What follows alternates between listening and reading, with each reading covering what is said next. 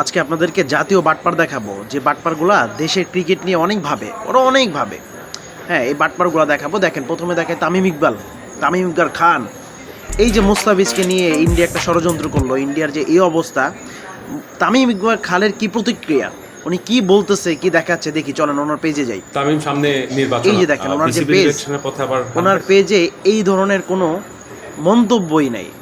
আছে কি, নগদ জিতে নেন।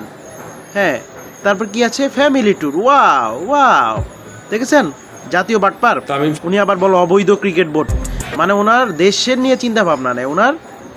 ওই যে ক্রিকেট বোর্ডের সভাপতি যে একটা চেয়ার, ওইটা নিয়ে চিন্তা ভাবনা। চলুন আরেক বাটপারে দেখতে যাই, সাকিব আল হাসান।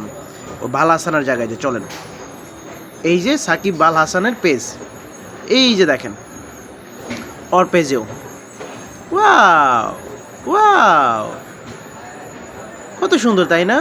ওয়াও শিশি, দেখছেন? এগুলো হলো জাতীয় বাটপার। ওরা হলো জাতীয় বাটপার, যারা দেশের নিয়ে চিন্তা ভাবনা করে, তাই তো? ওদের যে চিন্তা ভাবনা, ওদের তো, ওরা তো চিন্তা ভাবনা থাকলে তো রাতে ঘুমাইতেই পারে না।